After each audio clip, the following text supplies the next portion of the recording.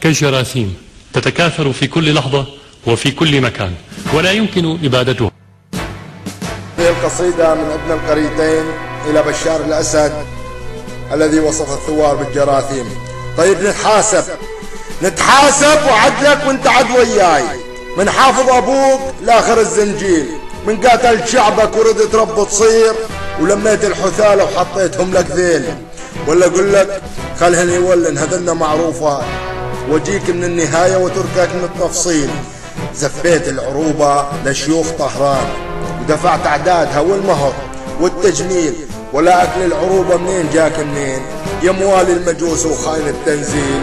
انت اول نذل والي المجوس وخان، واول رئيس بعت أرضك يا هبيل، وانت اول نذل باع العروبة بليل وبعت أولاد بلدك يا صنف قابيل. لزقة بثوبي يعرب يا نذل ظليت من 11 سنة تعبي الذهب بالبراميل. بشار لا بشر الله بيك كون يا ملعون يا حمار العروبة ركبتك إسرائيل. ولا الثوار ثابت للوطن والله ولا يحجب شمسها بشار بغربيل. ما علل سبب حبي لسوريا شلون ولا يحتاج حبنا للوطن تعليل.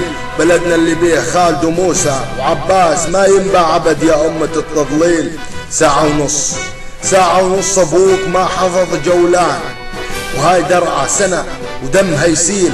الثوار ثبتت رجليها فوق القاع، وشبيحتك يا خسيس شاردة وصبحت بجريجير. شبيحتك شاردة صبحت بجريجير.